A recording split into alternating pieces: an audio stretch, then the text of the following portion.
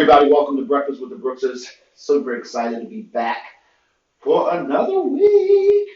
For those of you guys, I know Singing. my singing No, is good. My singing no is good. singing. Good morning, For good those morning, of you good guys who are just morning. jumping on, maybe you don't know who these crazy people are. My name's Glenn P. Brooks Jr. I'm an author, I'm a speaker, I'm a coach, and this lovely, light-skinned young lady right here is none other than Sheri Brooks Jr., author, speaker, relationship, and life balance coach. And it's great to be with you guys today. And we're going to have an interesting conversation. very interesting, very interesting. Before we get started, I just want to say a huge shout out to Custom Homes of Virginia for allowing us to broadcast here at the Dream Center. This is a place, babe, where they actually put on display all the custom home things that they do in people's homes, everything from the textures to the cabinets to the flooring to the different kinds of bathrooms, etc. All that kind of stuff, guys.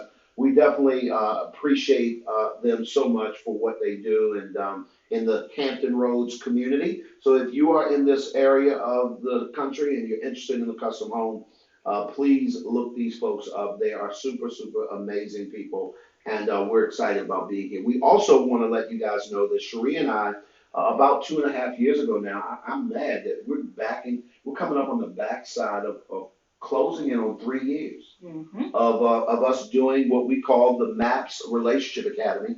It's an online community of people who are intentionally growing their relationships, whether it's a marriage, whether you're a couple who's engaged and you're moving toward that. You may even be single and you desire to be married.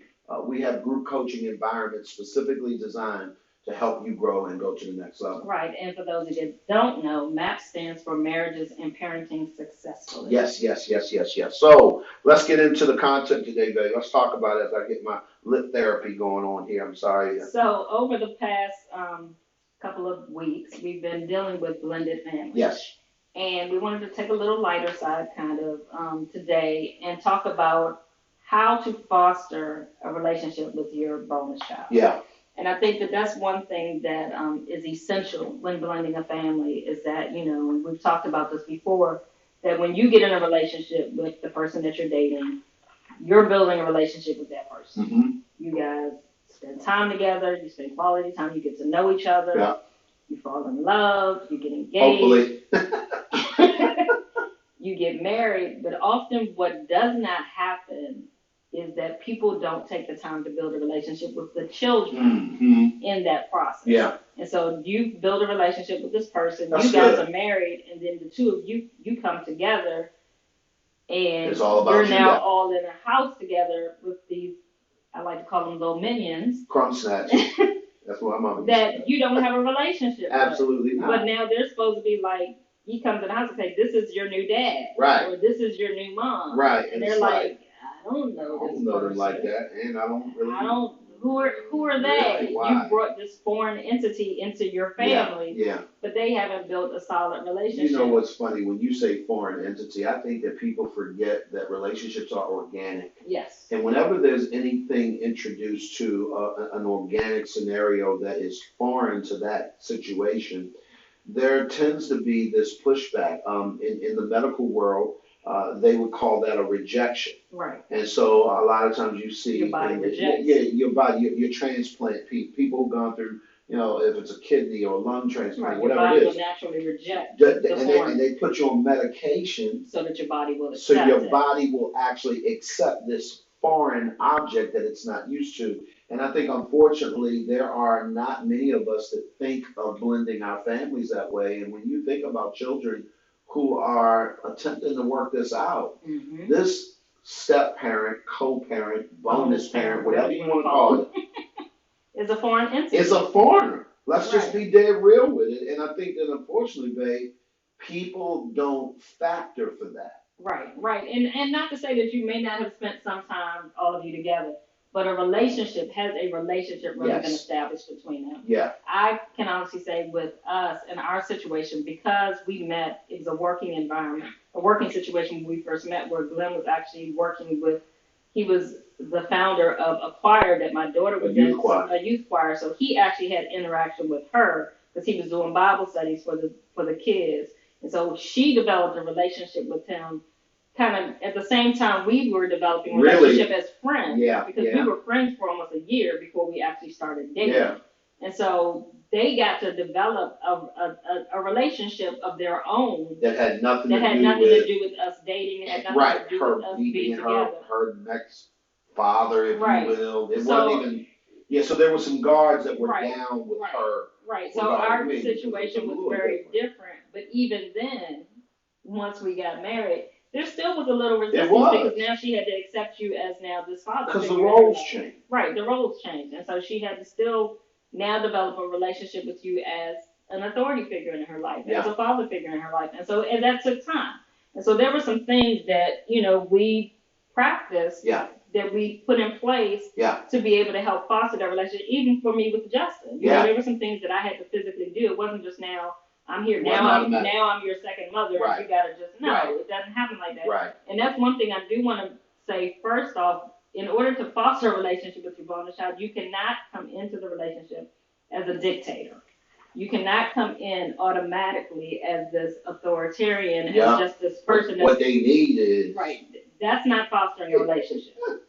You can't come in and establish you do want to establish your role, but your role cannot initially be that now I'm the head honcho and you just got to do what I say. Think about it let's just put this in the context of adults in a working environment, right? Right. Let's say, for instance, as you've been on a job for, let's say, 5 years, right? Mm-hmm. You've been used to the same supervisor for those 5 years. Your supervisor gets promoted. They go to either another department or they leave the agency.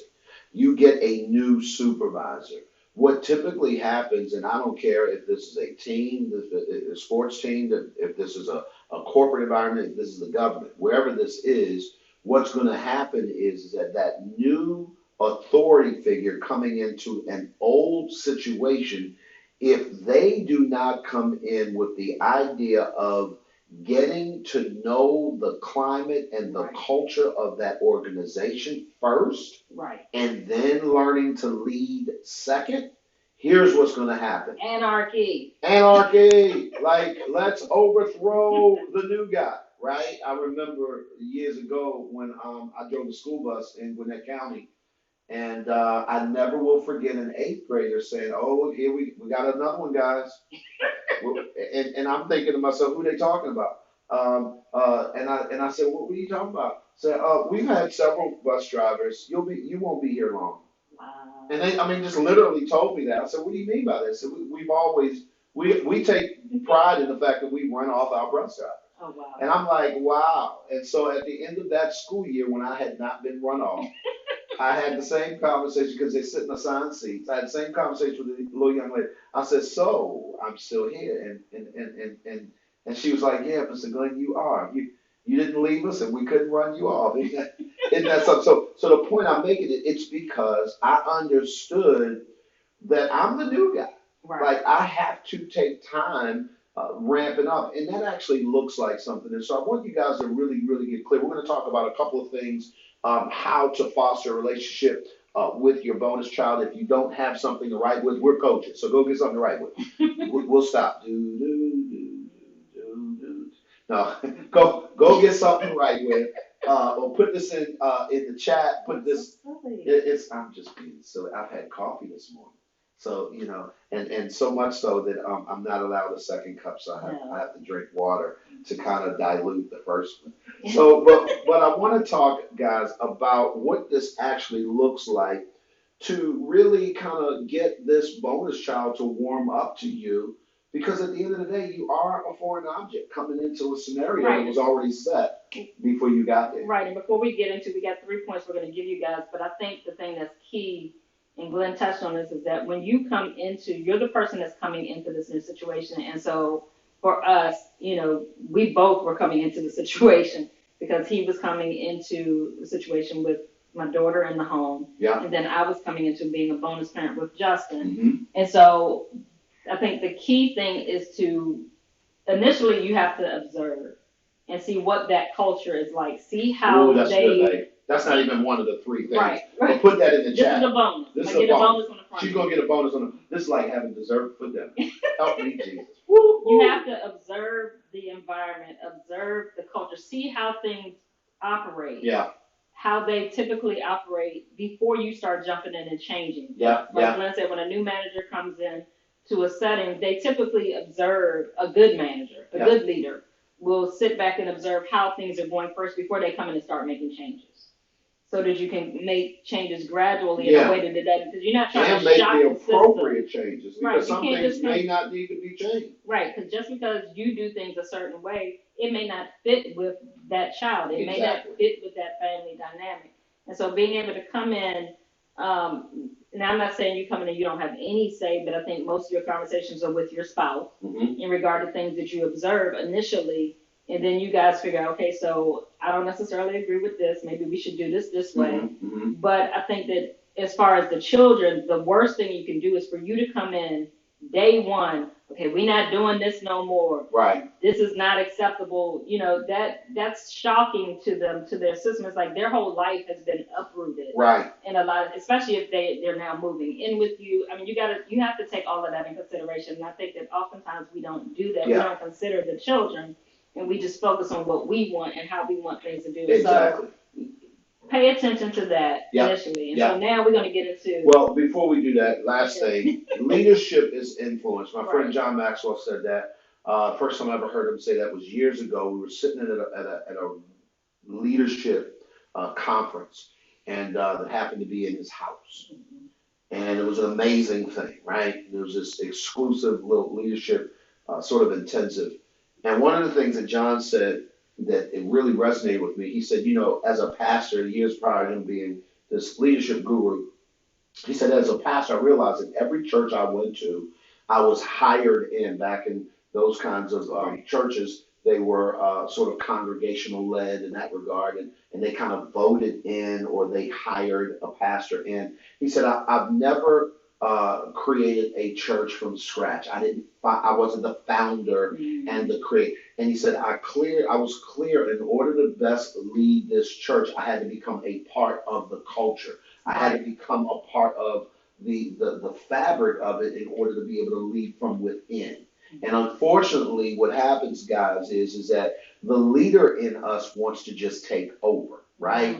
As a father, when you come into a new situation, you're seeing kids running around, or you may be seeing them disrespect their mother, or you may be seeing them, and as a man, you're saying that's unacceptable. That why are you do? As opposed to sliding into that situation with the great intention of helping to change it. What we do is we speak often right away, and you alienate the kid on the front end, which makes your job just that much harder to be able to get traction. So we're going to go to those things, and we want you guys to write down how to foster a relationship with your bonus child. Number one, Sheri. Number one is create a family-friendly environment. Put that in the chat.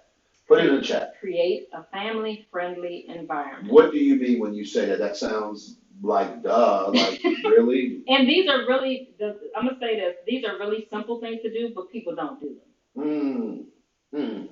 Because they're so simple, you just think that's automatic. But people don't do it. The whole idea, especially when you're blending family, is that you have to do these things. This has to be intentional. You have to intentionally do these things. And so creating a family-friendly environment, one thing that we did was that we had family dinner time. Yep.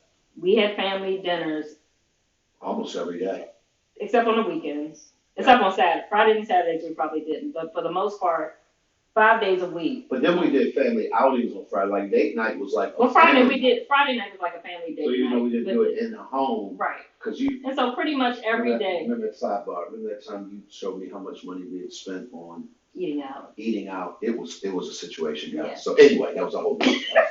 I'm sorry. So, one thing we did was family dinner time. That became a ritual. It became a tradition that we started doing in order to breed a family-friendly environment. Yeah. So even like Justin didn't live with us full time, but when he would come on the weekends, on Friday night, we would always do something. It was like a family date night. We would all go out and do something Friday, or we did movie night on Friday night, whatever. We did something together Friday night, and then we would have family dinner time on Sunday. We would eat dinner together. During the week with Shantae, we had dinner. We sat at the table. At the physical table. Together and ate dinner. Together. People, we weren't, everybody going to their rooms. And we had devices back then, but we haven't. Somebody said, long before they was, and it's funny because our kids are grown now, Right. and whenever we have dinner over at their house, their kids, They're like, you because got Pop your Pop phone. may have his phone at the table. They're like, no devices at the table, Pop No Pop. devices at the table, Pop Pop. Right, and so that was something intentionally that we did to be able to create. That was a time when we could all come together and sit and talk about our day, and just talk about what was going on in life, and just to be able to hear their insight. And that's the thing that I think that was from a dynamic standpoint that's created with family dinners, is it puts you in a place to be able to hear people's heart. Like whenever you think about it, when you're around a dinner table, when you're around any food, a function that involves food, right? There is this inherent laid back, chill like unless you go into the, the I don't know, Taj Mahal, like you're going to some high end place where you gotta sit up and then. But generally speaking, I couldn't think of nothing else, and you had to just bring it up because it was just bad. It's okay. Anyway, bad example. Fine dining. Some place that's fine dining is what I'm saying. The point I'm making is in most cases, whenever food is involved, there's also social interaction, right? It's designed for you to interact socially, and even in those cases, it's just a different kind of social interaction. Right. Here's what I'm going to promise you. You get the opportunity to foster that. Right. And I need you guys to hear the overall arching thought process behind it. It's not for the sake of just sitting down together. That's not the point. If that was just the point, then I could say that's inconvenient. You're going to say sometimes it doesn't make any sense in a lot of cases because it's just flat out too inconvenient to bring it. But when you think about the greater good of this is to create a social dynamic where you get to hear and see and partake and engage and that kind of stuff, it really changes the game. Right. And the other thing we did to create a family friendly environment is that we started having family meetings. Where once a week, and we would do this when Justin was there to make him inclusive. Yep. We would have a family meeting where we would sit down and talk about, so how are things going? Yeah. What are some things, and they got to voice. Meeting in the house. Right. They got to talk about things that they didn't like. Yeah. I don't like how when Dad talks, he's always yelling, or I don't like when, Mom, you go behind me and pick up on stuff when I'm cleaning up, whatever. They got to share. It was a safe space where they were able to share things that they didn't agree with. Where we could create dialogue. Where we could talk about it, where we could come up with what was the vision for the family, what are our plans for the family, what are things we would talk about, chores, talk about, what people's responsibilities were. Yeah. It's like, Dad, I don't feel like it's fair if I got to do dishes and you're home during the day. On this day you work out the house, and when I get home from school, the sink is full of dishes. And that's a legitimate conversation, guys. But you get to have those conversations. I love it. And we're talking about, guys, how to foster a relationship with your bonus child. And I think that what is important is that, generally speaking, the fact that you're calling them your bonus child means they don't live with you full time. And when that child, or they could be living with you full time, and you are the bonus parent. Like for me, I was a bonus parent, and I was in the home with my bonus child on a regular basis. Here's the thing. The idea is that we're all foreign to one another. Right. If you can create environments that create some common ground, it changes the whole perspective on the situation. Right. From that standpoint, you then get a chance to deal with what's real and what's not. Right. It opens up a dialogue. Like you said, it gives them an opportunity to share, gives you an opportunity to share. And you can come up with game plans. I mean, one thing, like, especially with Justin, when he was going through the season, it seemed like, poor thing, he was on shutdown every week. Every week. But we would talk about, consequences and action plans on what to do, how to do it. And he got to chime in on that. We came up with, these are the rules, and if you break this rule, what do you think is a fair we would talk about that at a family meeting. We would talk about those things at a family meeting before stuff happens. And I got to hear that. I think that's just a little excessive. It's just a little too much from them. I got to hear their opinion as to why they felt that way, which gave me a clue that sometimes the crime or the punishment didn't fit the crime. Right. You know what I'm saying? So you're trying to figure out ways of coming up with things. So again, when number one is you want to create a family friendly environment, and family meetings sometimes don't start off friendly, but over time they can Right, become right, friendly. We have friends where their kids can't wait right, to family time. Like it's like, oh my God, Tuesday is on its way. Like, oh my God, because they know that is the one time a week or every other week or once a month, whenever they right, do do it, it, right, it's the one time they're going to get to be heard because right, the rules are I have a voice. The rules right. are no, Dad, you gotta You let can't shut me down, you're not Dad. You allowed gotta to listen just to tell me. me to shut up and sit down somewhere.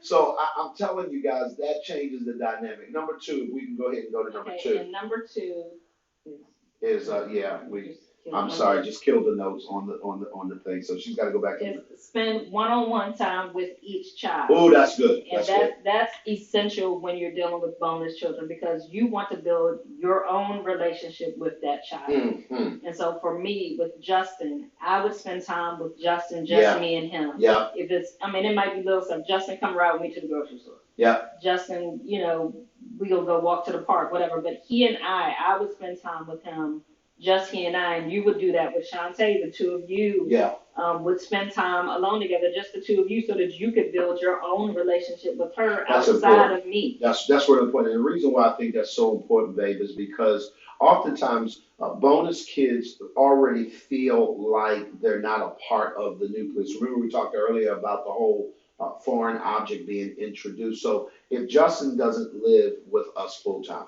and he comes every other weekend, which was the case for the first half of our marriage, really. It wasn't until he was 12 that he actually started to live with us full time. But to come to that, and even after that, you often feel like the third wheel. You often feel like, you know what, I don't know if I even fit in or I'm a part of this team, if you will. I think that alone time galvanizes the idea that you absolutely are a part of Right. this family because now you get a chance to understand your bonus parent one on one, why they think the way they do, and help to figure out how do you navigate as a kid, how do you interact with them.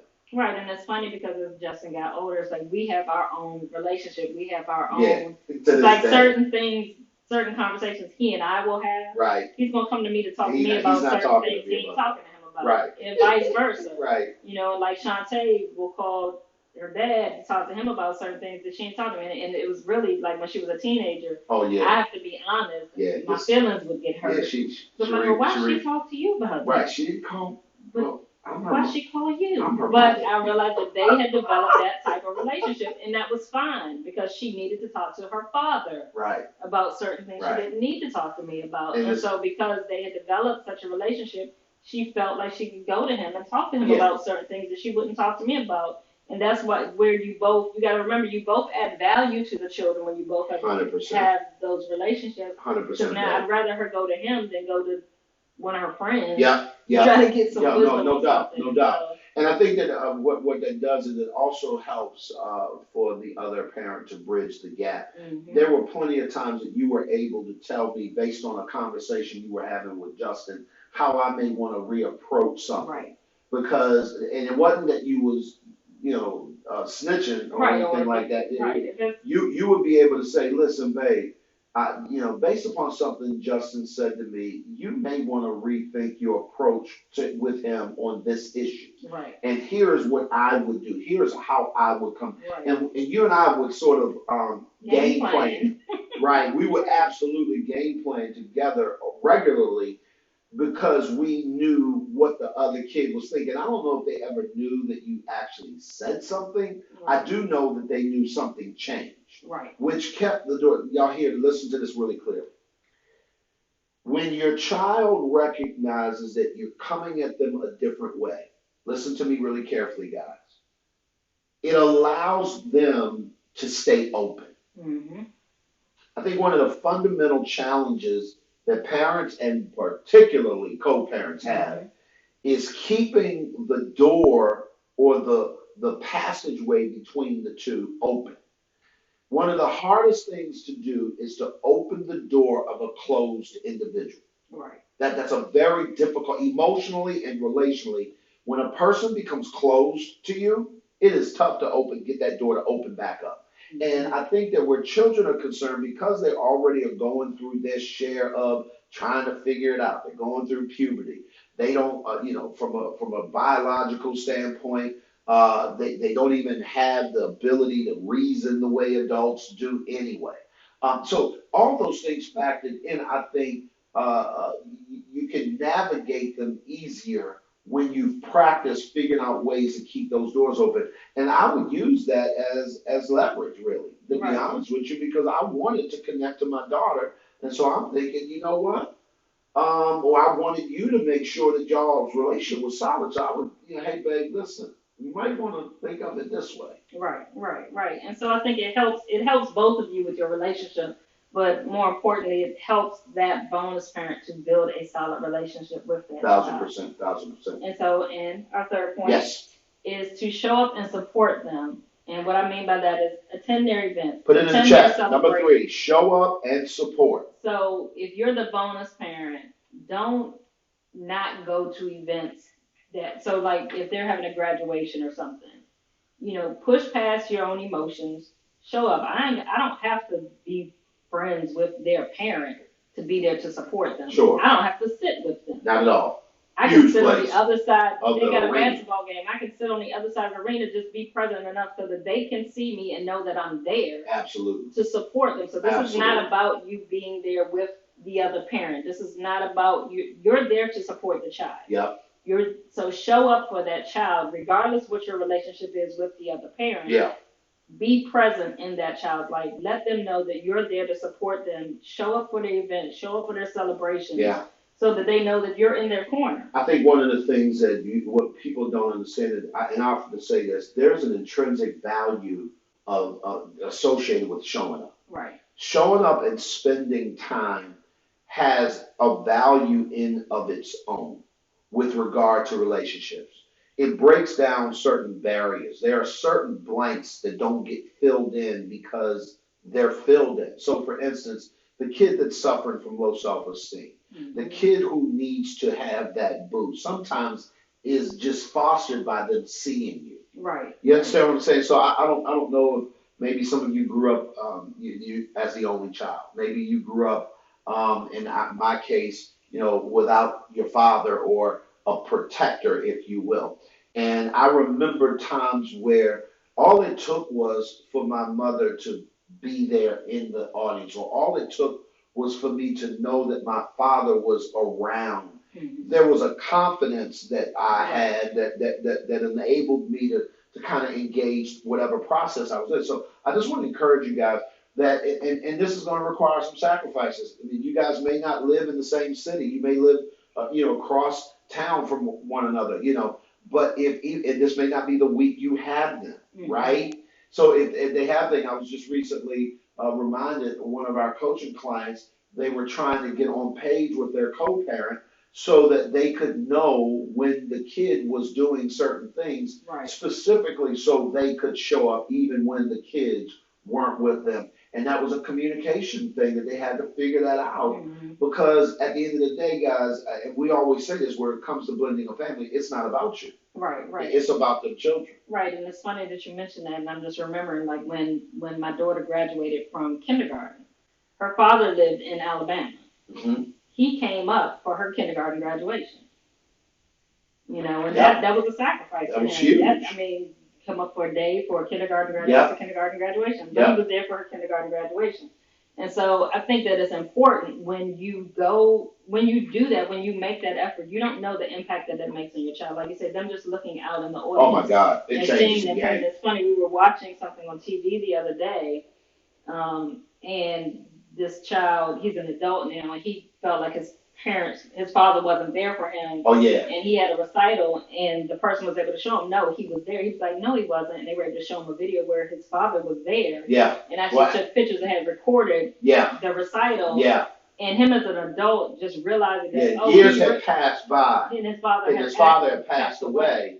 But him realizing that Oh, Oh he my was God, there. he was all. I'm It's getting like you saw goosebumps this thinking about man it. Yeah. light up Oh like my a little God. boy, Yeah. knowing that, Yeah. oh, my dad was He really was there. there because the kid had developed these certain feelings Right, toward thinking his his father father wasn't there. because he felt like his father cared more about his job, cared more Hmm. about his company, his business, what the things that he was in than he did about him. And guys, I'm telling you, whenever you show up, whenever you support, what that does is it fosters something that I think, quite frankly, pays huge dividends on the back end. Yeah. Like it's an opportunity for you to make a deposit. Right. It's an opportunity for you to make an investment. And if you put it in business terms, everybody gets involved in a business relationship for a return on their investment. If you're going to invest money into something, you want a good return on that investment. If you're going to invest the time to build a blended family, then I like to think you'd want a good return on that investment, and that even means with your bonus children. I think it's important. I will say this in closing. We're getting ready to get out of here, but here's what I will say. Our kids are grown now.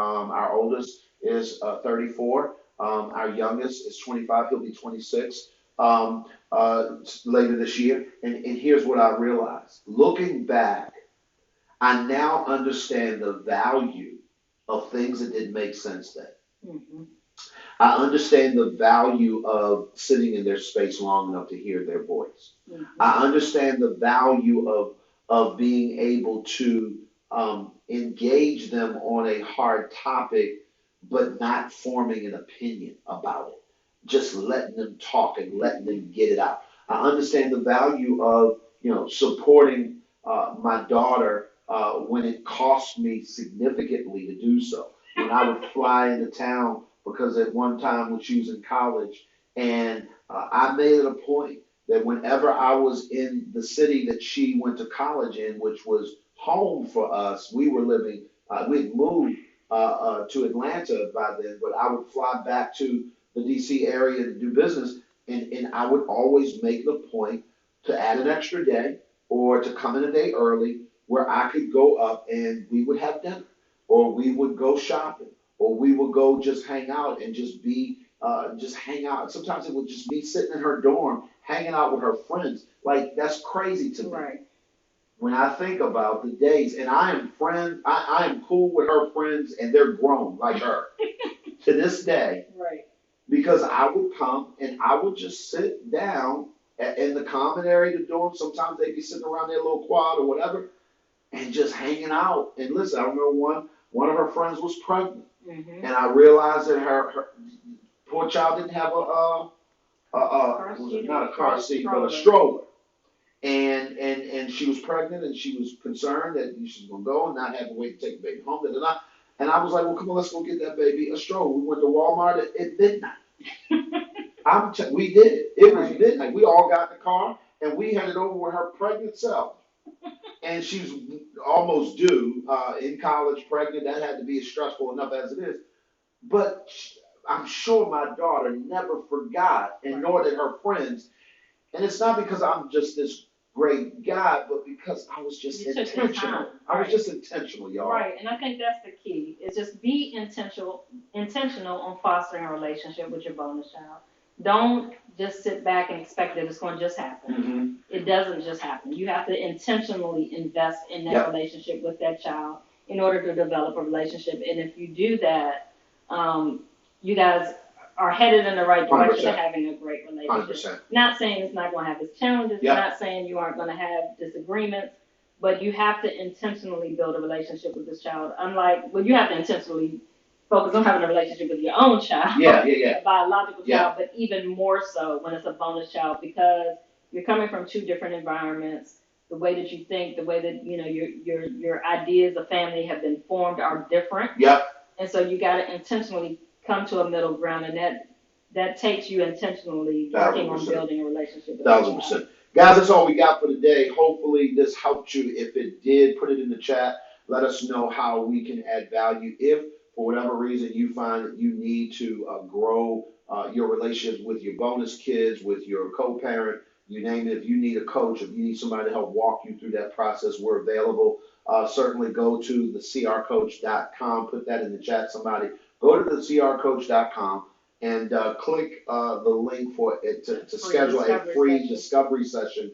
And we'll just sit down and chop it up. We'll schedule some time with you online, a video chat that we'll get online, and just kind of figure out if we're a fit for you. And if we are, we'd love to be able to help add value. And also, if you're new to our YouTube channel, please subscribe. Please. And be sure to ring the bell so that you get notifications when we go live or when we post new videos. Yeah. Once again, thank you for joining us for Breakfast with the Brooks, and we hope to see you soon. And as we always say, We all need some help. Y'all be good. We'll talk soon. Bye-bye.